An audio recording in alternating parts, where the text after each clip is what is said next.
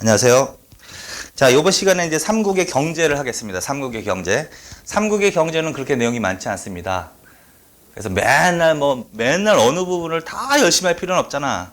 열심히 하는 부분은 조금 심화돼서 하고, 이 부분은 그냥 OX 정리해 놓는 부분이야. 참고로 경제 부분은 조선시대에 가서 많아지니까 조선시대에 가서 열심히 하십시오. 자, 이 부분은 한번 정확히 읽읍시다. 정복전쟁 부분 나왔지? 삼국은 고대 국가로 성장하는 과정에서 주변 소국을 정복하고 그 지역의 지배자를 내세워 토산물을 곡물로 수치했다.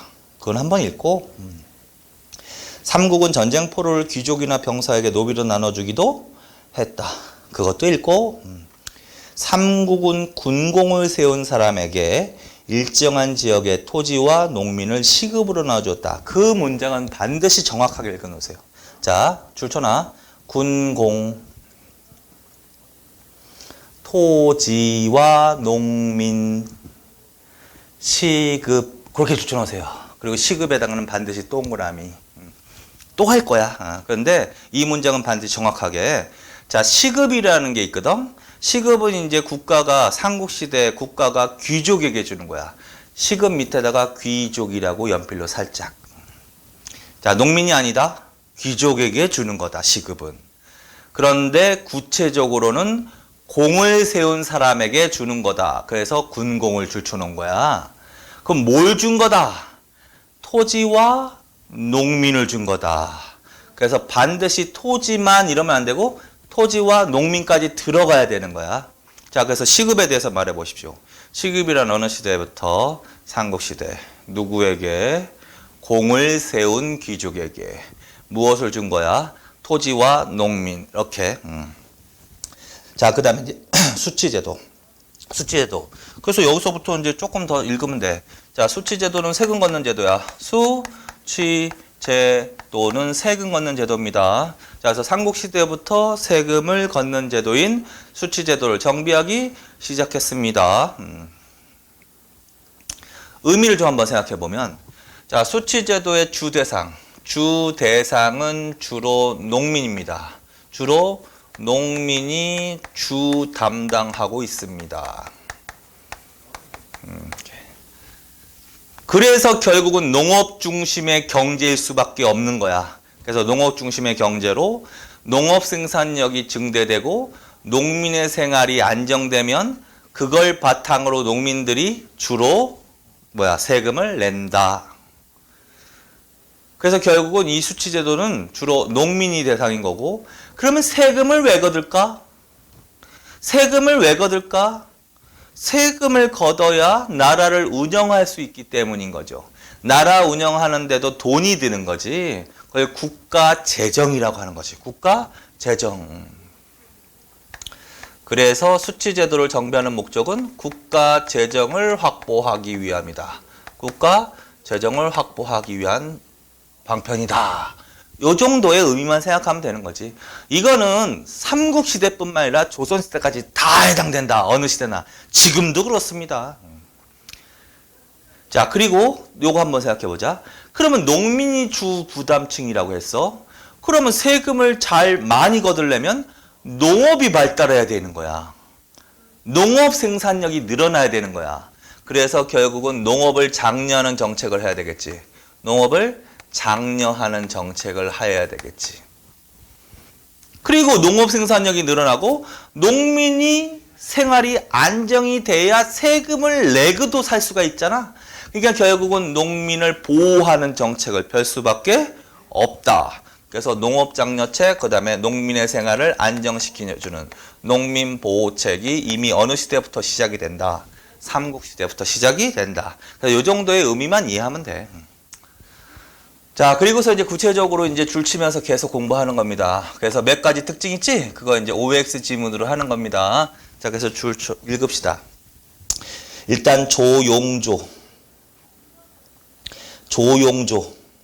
특징 개관을 먼저 읽읍시다. 자, 삼국시대부터 수치제도가 정비되는데, 삼국시대 수치제도를 뭐라고 그런다? 조용조라고 한다. 그래서 그걸 조용조체제. 따로 쓰지 말고, 조용조체제라고 한다. 그리고서 그걸 해석하는 거야. 조란 무슨 세금이다? 공물을 걷는 세금이다. 공물 줄. 그 다음에 용은 무엇을 걷는 세금이다. 노동력을 걷는 세금이다. 그 한자가 바로 조용조거든. 용, 노동력 줄. 그 다음에 음만 같은 거지. 한글 음만 같은 거지. 한자가 다르지. 앞에 조와 뒤에 조가. 그래서 뒤에 조야. 특산물을 걷는 거다. 그걸 줄. 그걸 다른 의미로는요. 이렇게 표현해. 나중에는 뭐 이렇게도 나올 거야. 조세, 토지세 말하는 거야. 이거는 역. 그다음에 그 특산물 걷는 거는 공물 이렇게도 표현한다. 공물. 그래서 내용은 요거야. 그래서 이거를 이제 스토리화 시켜. 자, 삼국시대 주 담당층은 농민이라고 했으니까 삼국시대 농민들은 국가에 대해서 무엇을 내야 했습니다. 농사를 짓고 가을에 수확을 하면 곡식의 일부를 내야 됐습니다. 조. 그 다음에 국가에서 노동력이 필요하다고 오라고 하면 가야 됐습니다. 노동력을 냈습니다. 용. 그 다음에 다른 물건은 특산물이라는 이름으로 냈습니다. 조. 그렇게 이해하는 거지. 자, 그 다음 두 번째. 호세 줄, 인두세 줄. 자, 무슨 말이다. 삼국시대는 뭐야? 호세. 호를 기준으로 세금을 매긴다. 그럼 호세인 거지 뭐. 그 다음에 사람을 기준으로 세금을 매긴다. 그러면 인두세적 성격이 강했다. 인두세 이렇게. 이거는 인신적 수치, 인신적 수치라는 표현을 쓰기도 한다. 자, 그래서 부가 기준을 중심으로 나눈 거야. 자, 그래서 삼국시대에는 무슨 세금과 무슨 세금이 있었습니다. 결론. 줄만 쳐놓고 호세, 인두세. 그런데 결론. 자, 어떤 게 더 부담이 컸습니다. 밑에. 호세보다 인두세 비중이 더 컸다고 해야 돼. 그거는 바꿔나오면 안 되니까 그렇게 정확히 읽어. 그래서 결론. 호세하고 인두세를 부과했습니다. 맞습니다. 호세보다 인두세 비중이 컸습니다. 맞습니다. 그 정도만. 그리고 옆에 있는 거. 호는 호, 줄. 재산의 정도, 줄. 등급, 줄. 차등징수 줄. 그렇게 읽어버렸다 하세요. 그래서 호는 또 재산의 정도로 등급을 나누어 차등으로 징수하기도 했습니다. 그것도 일단 맞는 지문. 자, 이 부분은 OX만 가리면 돼. 자, 그 다음에 이제 네 번째 지문으로 갑시다. 초기 줄. 주로 농민들을 부역동원까지. 점차 줄. 군사로 동원 줄. 자, 노동력을 징수하는 거, 용에 관한 얘기지. 노동력을 징수하는 거, 노동력을 징수하는 것은 처음에는 주로 무슨 동원이 주였다? 부역 동원이란 표현을 쓴다. 부역 동원. 이건 일반 노동력, 자벽부로 동원한다는 얘기야. 자벽부. 자벽. 예를 들어서 성을 축조하거나 뭐 저수지를 축조할 때 노동력이 필요한 경우 농민들을 동원해서 일을 시켰다. 그걸 부역 동원이라고 한단 말이야. 부역 내지는 요역이라고도 한다. 자벽부로 동원하였습니다. 이렇게. 이런 말이 성립이 되는 거야. 삼국시대에 삼국은 초기부터 농민들을 어떻게 전쟁에 동원했다는 아니라는 거야. 그러다가 점차 삼국 간의 항쟁이 치열해지면서 군인도 모자라겠지. 자, 그래서 결론은 뭐야? 군사로까지 동원한다. 군인으로까지도 동원을 한다. 이 정도로. 이것도 바뀌면 안 되고, 그 다음에 처음부터 농민들을 군인으로 동원했다. 이러면 안 된다는 소리죠. 거기까지. 자, 그 다음에 또 밑에. 자, 그러면 노동력을 주로 노동력을 동원했는데, 주로 어떤 사람들을 동원했느냐라는 거야. 15세 이상의 남자, 줄. 15세 이상의 농민 남자, 줄. 이상의 남자, 줄. 자, 일단 누구는 아니야. 여자는 아니야. 그래서 역의 의무, 노동력을 담당해야 될 의무는 여자는 아니고 일단 남자만. 그리고 농민은 내가 말 안 한 게 당연히 농민은 전제되어 있는 거야. 노비는 아니라는 걸 기억해. 자, 노비는요, 세금을 내는 사람들이 아니거든. 노비는 세금을 내는 사람이 아닙니다. 농민들이 주로 이걸 부담하는 겁니다.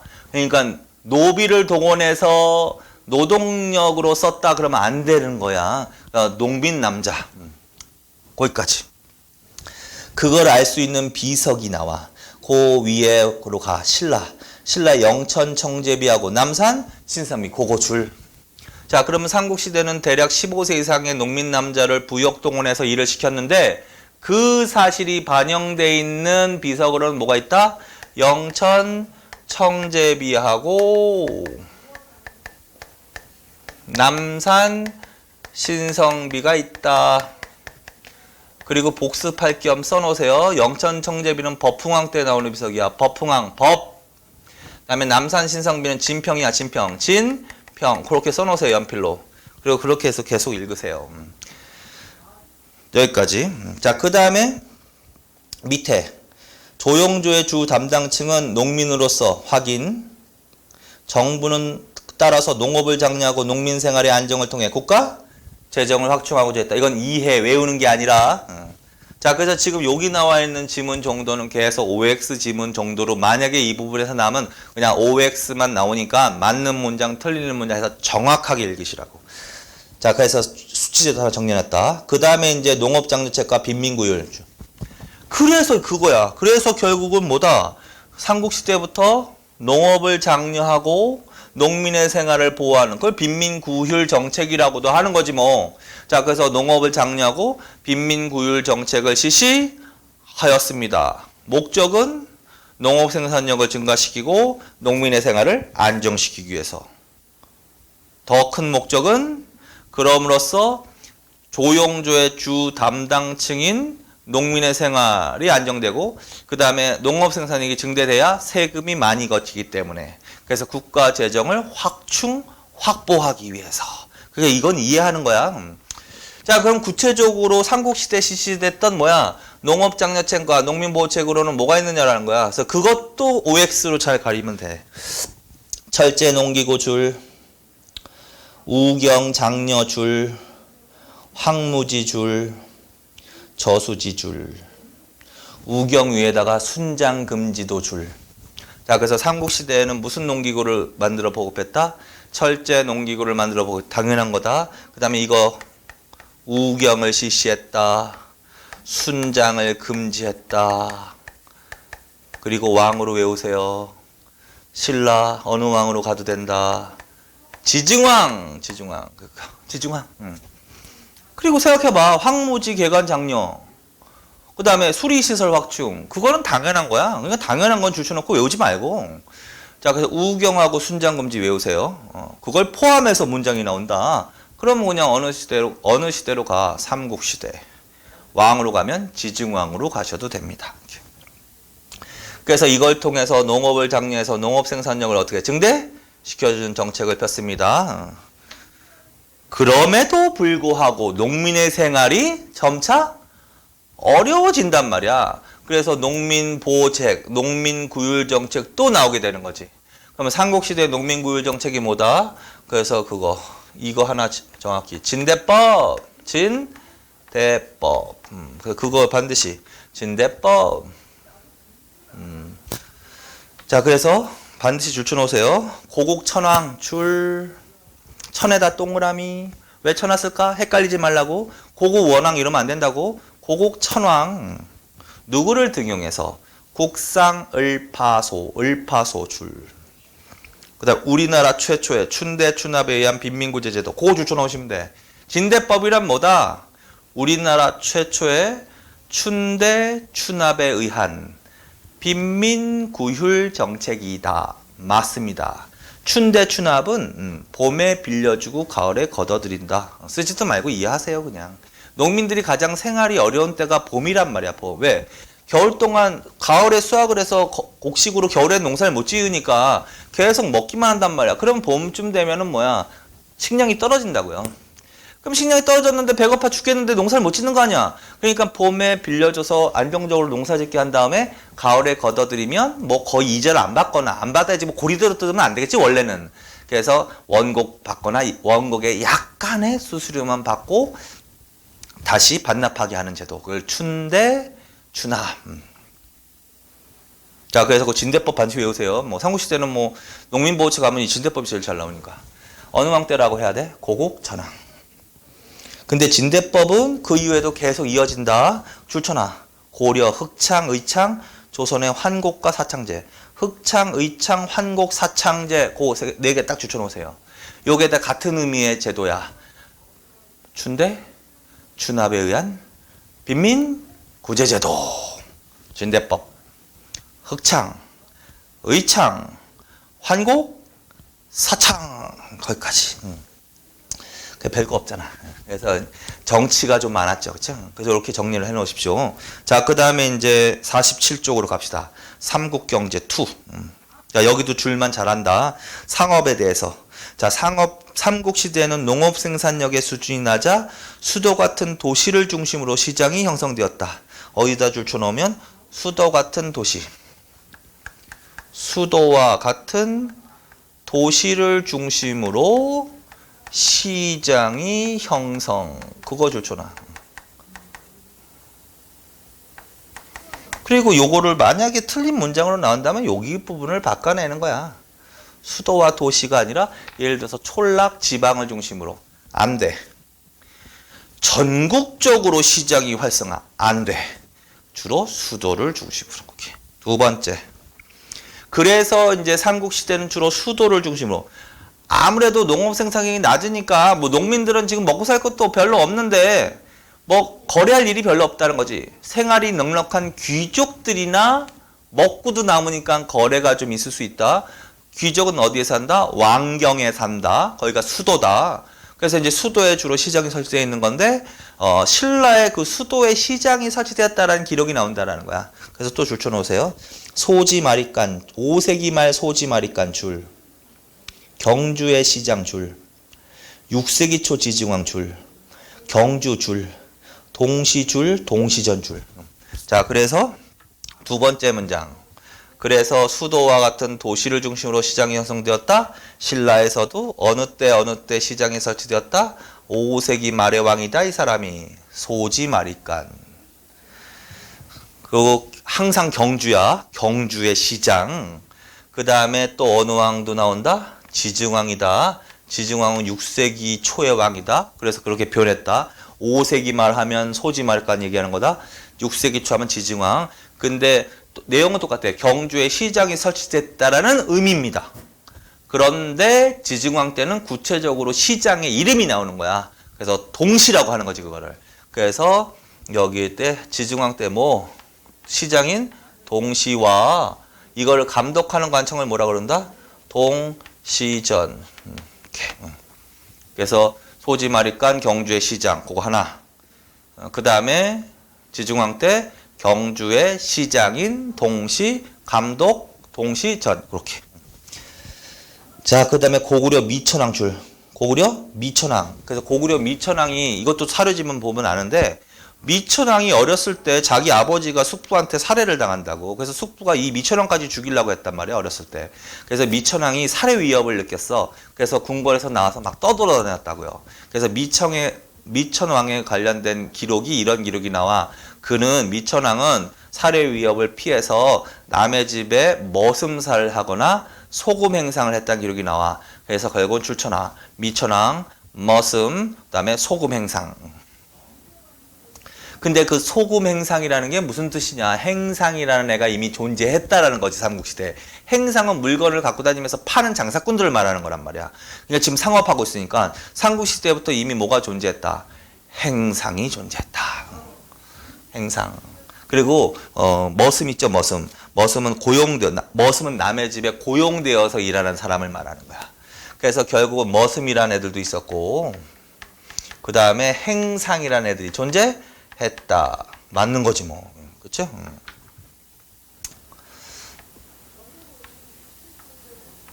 그래서 이런 것들만 기억해놔. 그리고 이런 기록이 나오면 고구려 어느 왕으로 간다? 미천왕. 미천왕 때 무슨 일 있어? 서안평 점령, 낭낭대방 축출. 그렇게. 자, 그 다음에 수공업으로 갑니다. 수공업은 정말 읽고 줄만 칩시다. 일단은 읽어. 삼국은 노비 중에서 기술이 뛰어난 자를 통해 국가가 필요하는 무기 장신구등을 생산하게 했다. 노비, 기술. 자, 주로 이제 물건을 만드는 사람은 신분이 좋은 사람이 아니기 때문에 노비라고 표현한 거야. 그래서 노비 등이 주로 기술자, 국가가 필요 줄, 생산 줄.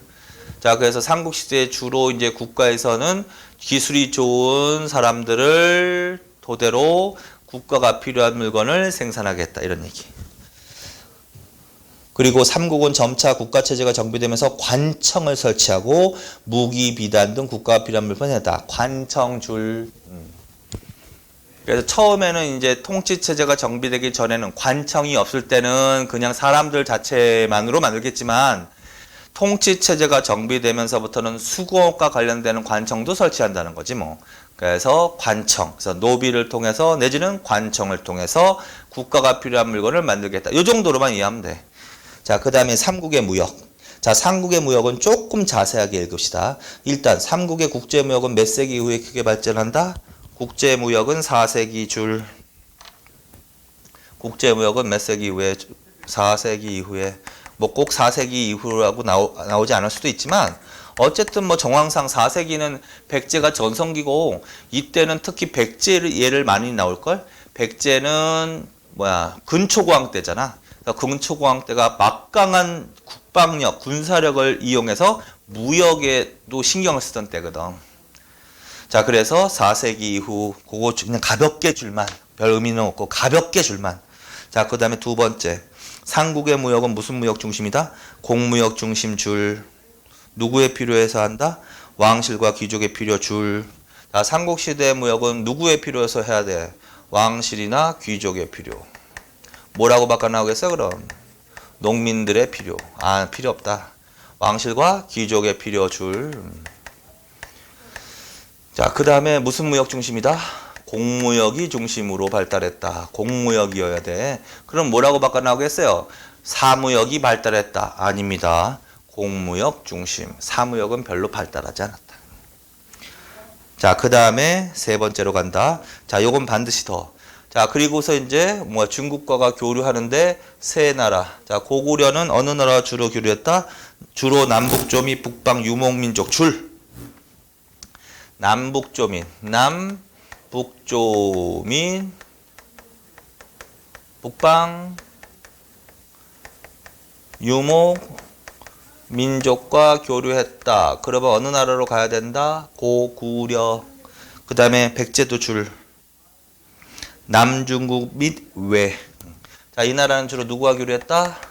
남중국 및 외와 일본과 활발히 교류했다. 외가 들어가면 특히 외와 가장 활발히 교류했던 나라가 백제거든. 그래서 남중국 및 외. 주로 중국 전체 대륙으로 봤을 때 남쪽에 있는 왕조, 서해안의 해로. 백제가 원래 마한 땅이니까 서해안을 끼고 있겠죠. 그러니까 백제는 항상 서해안의 항구를 통해서 교류하는 거야. 근데 거기로 가면 남조 왕조가 나오거든. 그래서 남중국 및 외. 그다음에 고구려는 저 북쪽 요동 만주지방까지니까 이게 주로 북방 유목민족과 연결된다고. 그래서 주로 북방 유목민족과 교류했다. 근데 남북조에다 또 동그라미. 남북조 동시외교. 무조건 기계처럼 튀어나오게. 남북조 동시외교. 남북조 동시외교. 장수왕. 남북조 동시외교. 장수왕. 자, 그 다음에 이제 신라로 갑니다. 자, 신라는요, 남조니 북조니 이런 얘기가 나오지 않아. 일단, 신라는 어떻게 나오냐면, 고구려하고 백제에 막혀 있는 나라야. 신라가 남동쪽에 치우쳐 있으니까. 백제와 고구려에 막혀 있어서 중국과 직접 교류하는 것이 불가능한 거야. 거쳐서 교류해야 되는 거야. 그래서 간접 교류라는 단어가 나온다. 간접 교류 줄. 자, 그래서 이 나라 할 때는 중국과 처음에는 무슨 교류를 했습니다? 간접 교류하였습니다. 줄. 그러다가 점차 직접 교류하게 됩니다. 직접 교류 줄. 그래서 이런 구조의 문장이 나오면 처음에는 간접 교류, 중국과 간접 교류하다가 점차 직접 교류하게 되었습니다. 이런 문장이 나오면 바로 어느 나라로 가야 된다? 신라로 가야 된다. 당연하다. 그러면서 의미를 물어보는 거야. 그럼 직접 교류하게 되는 때가 어느 때부터냐라고 물어보면, 자, 중국과 직접 교류한다는 것은 어딜 거치지 않아도 된다라는 거거든. 예를 들어서 서해안의 항구를 확보를 해버리면 서해안을 통해서 중국과 직접 교류할 수가 있는 거야. 그러면 서해안의 대표적인 항구를 확보하려면 한강 유역이 자기 영토화돼야 된다는 거야. 결국 이건 뭘 말하느냐? 한강 점령을 말한다는 거야. 자, 그래서 직접 교류하게 된 계기가 어느 왕이라고 해야 돼? 그럼 진흥왕 때부터 어디를 점령하고 한강을 점령하고. 그래서 한강을 점령하고 이때 서해안에 대표적인 삼국시대 무역항이 있다. 당항성이라는 걸 확보한다. 그래서 당항성을 통해서 여기를 확보한 이후에 당항성을 통해서 서해안을 통해서 중국과 직접 교류하게 된다.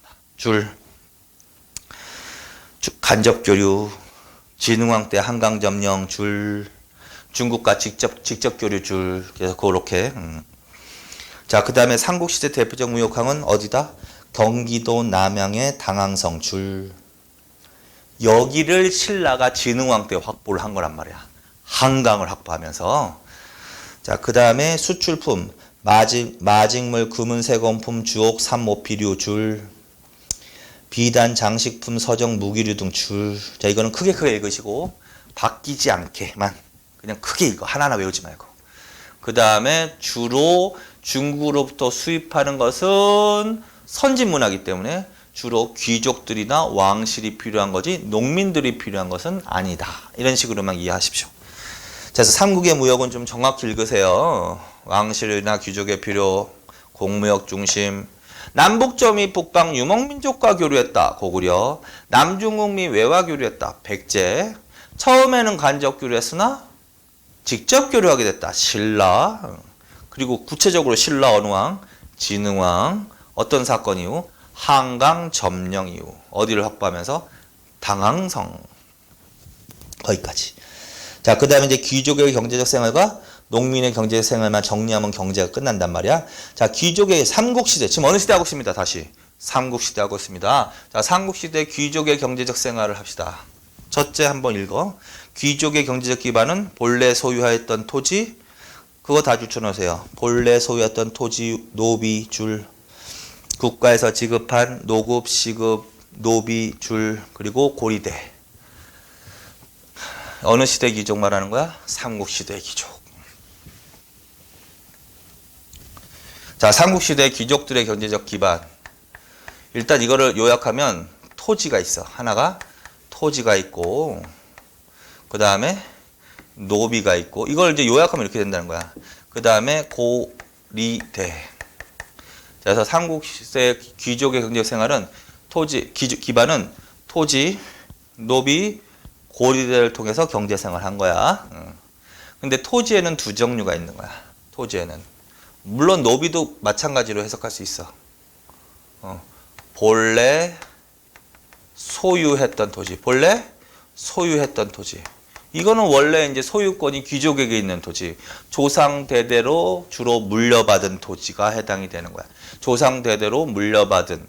그래서 소유권이 귀족에게 있는 본래 소유 토지 이렇게. 그런데 또 하나가 있어. 또 하나는 국가로부터 지급받은 토지. 국가로부터 지급받은 토지. 지급받은 토지가 있는 거야. 요걸 정리를 잘 해놔야 돼. 국가로부터 지급받은 토지. 무엇과 무엇이 있다? 시급과 노급이 있다. 그래서 시급과 노급은 특히 더 줄 쳐놓고 별표 쳐놓으세요. 시급과 노급은 반드시 정확히 정리하셔야 된다. 자, 그러면 지금 한다. 시급과 노급은 누가 누구에게 준 토지야? 여기 다 나와 있잖아, 힌트가. 국가가 누구에게 지급한 토지야? 귀족. 지금 귀족의 경제적 기반하고 있습니다. 노급은 마찬가지야. 국가가 귀족에게 지급한 토지야. 그래서 일단 귀족이 답이야. 농민은 아니야. 그래서 그렇게 일단 먼저 비교하는 거야. 그러면 이제 시급이나 노급의 공통점은 뭐다? 귀족에게 지급된 토지야. 그런데 귀족인데 구체적으로 조금 다른 상황이 벌어진다. 시급에다가 왕족 공신줄. 그런데 귀족은 귀족인데 왕족이나 아니면 공을 세운 사람, 공신, 군공을 세우거나 공을 세운 사람에게 왕족에게나 공신, 그거 반드시 줄쳐놓으세요. 그러면 시급이라고 가야 돼. 노급은 관료 주초나. 관료 귀족에게. 근데 귀족은 필요 없잖아. 귀족은 전제제 있으니까. 자, 그래서 공을 세운 사람에게 하면 시급이라고 답이 나와야 돼. 관료에게 하면 노급이라고 해야 됩니다. 그래서 반드시 이거는 정확히 정리해 놔야 돼. 그럼 뭘 준 거다? 수조권과 노동력. 자, 이거는 일반적으로 이렇게 표현한다. 토지와 농민. 뭐? 토지와 농민을 줬다. 이렇게 표현한다. 이것도 마찬가지다. 토지와 농민. 다시 46쪽으로 가십니다. 빨리! 정복전쟁 부분으로 맨 위로 가십니다. 세 번째 문장으로 가십니다. 군공을 세운 사람에게 일정한 지역의 토지와 농민을 시급으로 나눠줬다. 이거 아까 했지. 반드시 정확히 해야 된다고. 그래서 어디다 주놨어? 군공, 토지와 농민, 시급. 그래서 지금 시급도 그렇지만 노급도 그래. 노급도 무엇과 무엇을 줬다고 표현할 수 있다? 토지와 농민. 토지와 농민 이렇게 아주 쉽게 표현하면. 그런데 이걸 정확하게 해석을 해야 된단 말이야. 그러면 토지는 구체적으로 뭘 말하는 거냐? 줄 쳐놓으세요. 거기다가. 수조권 줄. 노급에다가도 수조권 줄. 자, 이거는 뭐냐면 토지에 대한 수조권을 지급했다는 소리야. 직역한다. 조를 징수할 수 있는 권한. 더 쉽게 표현한다. 세금을 거둘 수 있는 권한이다. 뭐라고 바꿔 나오냐면 소유권을 지급했다라고 바꿔 나와. 절대로 아니다. 자, 그래서 토지를 지급했다 해서 이 토지 지급 내용은 소유권 X. 조를 징수할 수 있는 권한, 수조권이라고 하셔야 됩니다. 그래서 그거 반드시 줄. 그런데 그것만 준 게 아니란 말이야. 농민까지 줬단 말이야. 그러면 농민을 줬다는 소리는 또 무슨 소리냐? 농민들을 강제로 부역 동원해서 일을 시킬 수 있었다. 이런 얘기가 되는 거야. 그래서 어떻게 표현한가 거기다가. 노동력 징수 권한 줄. 노동력 징수 권한 똑같이 줄. 자, 그래서 이거를 쉽게는 토지와 농민을 지급하였다. 이렇게도 표현한다고. 네, 구체적으로는 토지에 대한 소유권 X, 수조권이 동그라미. 그것만 아니면 그거 외에 또 별도로 또 주는 거야. 뭐 농민을 이렇게도 표현하는 거지. 근데 구체적인 내용은 농민을 강제로 부역, 동원해서 일을 시킬 수 있었다. 그걸 노동력, 동원, 권한 이렇게 된다는 거지. 자, 그래서 정확하게. 자, 그래서 요거는 반드시 정확하게 하고 이해까지 해야 돼. 자, 시급에 대해서. 자, 시급은 삼국시대 국가가 공신 등에게 토지에 대한 수조권과 노동력을 징수할 수 있는 권한.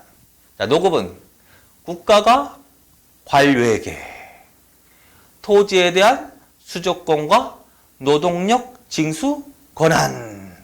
자, 그래서 그렇게 정확하게 외우십시오. 그리고 이해.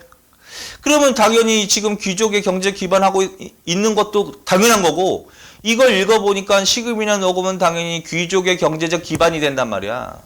그러면 국가에서 시급이나 노급의 지급이 많아지면 많아질수록 귀족들의 경제적 기반은 확대되는 현상이 나타난다. 이렇게 시급이나 노급으로 주어진 땅에 대해서는 국가는 세금을 걷지 못한단 말이야. 귀족이 세금을 걷어버리니까.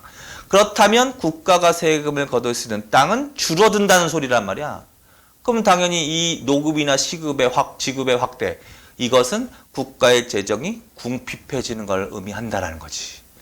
그리고 당연히 이 토지와 농민에 대해서 누가 영향력을 강하게 행사하는 거야? 국가가 아니라 귀족들이죠. 그러니까 귀족들의 토지와 농민에 대한 지배력이 강화된다 이런 식으로. 그러면 더 괴로운 거지, 농민들 입장에서는. 자, 그래서 왕권을 강화시키려고 한다면 왕은 귀족들에게 시급이나 노급의 지급을 확대시켜주면 안 되는 거야. 그렇죠? 이해하세요? 될 수 있으면 축소시켜 나가는 정책이 왕의 권한을 높이는 방편으로 좋다는 거지. 그렇게 이해하세요. 그런 내용은 통일신라 시대에 나오거든. 그래서 그걸 이해하기 위해서 지금 개념을 정리해 놔야 돼. 그래서 요거 반드시. 그거 외에는 그냥 대충 읽으면 돼. 그래서 요거 반드시 정리해 놓고, 그 다음에 기타, 본래 소유하고 있던 토지도 있었다. 그런 토지에서는 농사를 지어야 되는데, 누구를 통해서 경작했다? 노비, 농민줄. 노비, 농민줄. 자기가 데리고 있는 노비를 통해서 경작하거나, 아니면 농민을 동원해서 일을 시켰다. 이렇게. 그 다음에 노비. 노비는 직접 노동력 제공 줄. 자신의 토지 경작 줄. 그 정도만 읽으시면 돼. 그 다음에 이제 고리대도 한다. 이렇게. 자, 그 다음에 이제 농민경제로 갑시다. 이것도 한 번만 읽어보면 돼. 자, 삼국시대 농민경제. 일단 삼국시대 농민은 자기 소유 토지를 경작하거나 부유한 자의 토지를 빌려 경작했다. 어디다 줄쳐넣냐면 자기 소유 토지 경작줄, 부유한 자의 토지를 빌려 경작줄. 자, 그래서 삼국시대 농민의 지위야. 자, 일단 삼국시대 농민들은 자기 소유 토지를 가질 수 있었습니다? 없었습니다? 가질 수 있었습니다. 자기 소유 토지를 농사짓거나 아니면 귀족으로부터 빌려서 경작한다. 그래서 자기 소유 토지를 경작한다고 했으니까 자기 토지를 가질 수 있었습니다가 되는 거지. 자, 그래서 이 삼국의 그 농민들의 지위야 자영농이라고 하지 보통 걸. 자영농이거나 아니면 남의 토지를 빌려서 경작한다. 두 번째가 아니라 끝에 왕토 사상에도 불구하고 사유지 존재. 그것도 줄쳐놓으세요. 이건 뭐냐면 삼국시대부터 이제 군주제 국가에서는 대부분 있는데 토지와 관련해서는 왕토 사상이라고 있어. 왕토 사상. 이거는 이제 전국토는 왕의 것이란 뜻이야. 전국토는 왕토다. 왕의 사상, 왕의 것이다. 그러면 이걸 해석을 하면 전국토는 왕의 것이라는 거야. 그럼 왕이 모든 토지의 소유권은 왕에게 있다는 소리야. 그러면 개인에게 소유권이 있는 토지는 없는다는 소리가 돼버리거든. 왕토 사상을 해석을 하면. 근데 이거를 이념적으로 해석하는 거랑 현실적인 문제는 다르다라고 이해해야 돼. 자, 다시 왕토 사상은 토지와 관련해서 전국토는 왕의 것이다 라는 사상이다. 그러나 이것은 이념에 불과했다. 그래서 왕토 사상이라는 이념이 존재했다. 이념적으로만 존재한 것이다. 이게 실제로도 이게 적용됐다면 삼국시대의 자기 소유 토지, 개인 소유 토지는 없어야 되는 거거든. 그런데 귀족과 농민들의 경제적 생활을 할 때도 당연히 전제 조건이 뭐야? 귀족들도 자기 소유 토지가 있고 농민들도 자기 소유 토지를 경작할 수 있었다라는 결론이 나왔잖아, 먼저. 결국은 뭐냐? 이거는 이념에 불과하고 실제로는 사유지가 존재했다. 이렇게 해야 된단 말이야. 자, 그래서 이건 이해만 하세요. 그래서 이런 문장이 나오면 일단 틀리는 거지. 왕토 사상에 의해서 국가의 모든 토지는 국가의 소유지였습니다. 이러면 안 되라는 거야. 그런 이념만 천명한 거지. 모든 토지의 소유권, 삼국시대 왕토 사상에 의해서 모든 토지의 소유권이 국가에 있었습니다. 그건 아니라는 겁니다. 그래서 이름에도 불구하고 왕토 사상에도 불구하고 사유지가 존재할 수 있었고, 그래서 귀족도 자기 소유 토지를 가질 수 있었고 농민도 결국은 자기 소유 토지를 경작할 수 있었습니다. 그냥 해석만 그렇게 하세요. 자, 그런데 그래서 결국 농사 짓는 게 직업이야. 얘네들은 농사 짓는 게 직업이야. 경작하는 게. 그런데 삼국시대에는 뭐야? 거기 매년 경작하지 못하고 수년간 묵혀두어야 함. 그거 줄쳐놓으세요. 그런데 이제 상황이 어떻게 되냐면 토지가 척박한 토지가 많아. 토지가 척박한 토지가 많아. 그리고 상대적으로 비옥한 토지는 귀족이 주로 많이 갖고 있고 농민들은 척박한 토지를 더 많이 갖고 있는 거야. 그러면 뭐야? 비료 주는 법이라도, 비료라도 많이 주면은, 비료 주는 법이라도 막 발달해서 비료를 많이 주면 척박한 토지도 이게 지력을 회복시킬 텐데 뭐 그렇지도 않아. 비료 주는 법 12법이라고 한다. 뭐 12법이 발달하지도 않았어.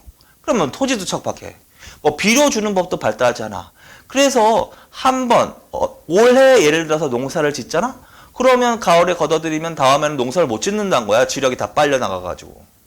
그래서 지력이 회복될 때까지 계속 어떻게 묵혀두어야 한다라는 얘기야. 그래서 결론, 토지가 척박했고 비료 주는 법도 발달하지 않았기 때문에 매년 경작할 수 있었습니다. 틀리라고. 매년 경작하는 얘기를 이렇게 부른다. 상경이라고 부른다. 상경. 상경. 항상 바꾼다. 매년 경작한다라는 용어는 상경법이라고 한다. 그럼 매년 경작할 수 있었습니다가 아니란 소리지. 상경하지 못했습니다. 오히려 일반적인 거는 1년이나 수년간 묵혀두어야 했다. 묵혀둠. 쉰다는 뜻이야. 묵혀둔다고 농사 짓지 않고. 그걸 뭐라고 표현한다? 휴경이다. 휴경. 내지는 휴한. 근데 뭐가 더 일반적이다? 휴한이 일반적이다. 그래서 다시 줄친 거 읽어보세요. 삼국시대 농민의 생활에 대해서. 삼국시대 농민들은 12법이 발달하는 등으로 인해서 매년 토지를 경작할 수 있었습니다. 거짓말이라고요. 매년 경작하지 못하고 상경하지 못하고 수년간 묵혀두어야 했습니다. 휴경, 휴한이 일반적이었습니다. 이렇게 정리를 내놓으면 돼. 그래서 휴한이 일반적. 그렇다면 결국은 농업 생산력이 크지 않다란 얘기가 될 수밖에 없는 거지. 세 번째, 그래서 점차 어떻게 농민들의 생활이 궁핍줄. 왜 궁핍해질까? 과도한 수치 줄. 점차 이제 정부, 국가나 왕실이나 귀족에서 귀족들이 농민들에게 과도한 세금을 걷게 되겠지. 부패하면서. 과도한 수치 줄. 그러면 가난해지겠지. 그럼 빚을 져야 되겠지. 근데 주로 귀족들한테 빌린단 말이야. 귀족들은 그걸 이용해서 고리대를 한다는 거야. 그래서 고리대 줄. 그래서 삼국시대에는 점차 시간이 흘러갈수록 농민들의 생활은 궁핍해졌습니다. 고리대로 인해서 빚을 갚지 못하여 뭘로 전락하기도 했습니다. 노비로 전락. 그것도 줄. 그 정도만 알아두시면 돼. 뭐 거창하게 설명했지만 거창하게 설명할 것도 없고 계속 문장 정리만 하시면 된다. 자, 그래서 지금까지 하신 게 삼국시대 경제. 그래서 조금 외워야 될 부분은 뭐 이제 수치제도라든가 그다음에 빈민구제 정책, 농업장려는 항상 제일 중요한 거고 그 정도만 좀 외울 게 있고 그다음에 무역과 관련해서 그 나라별로 외교관계 했던 그런 것들만 좀 신경 써놓으면 되고 그다음에 토지 관련해서 시급 노급, 그건 반드시 개념 정리해놓고 지금의 지식은 나중에 활용이 됩니다. 공부는 누적이 돼. 자, 그래서 그 정도만 하고 나머지는 OX만 정리만 잘해주시면 됩니다. 자, 이번 시간 여기까지 하겠습니다. 수고하셨습니다.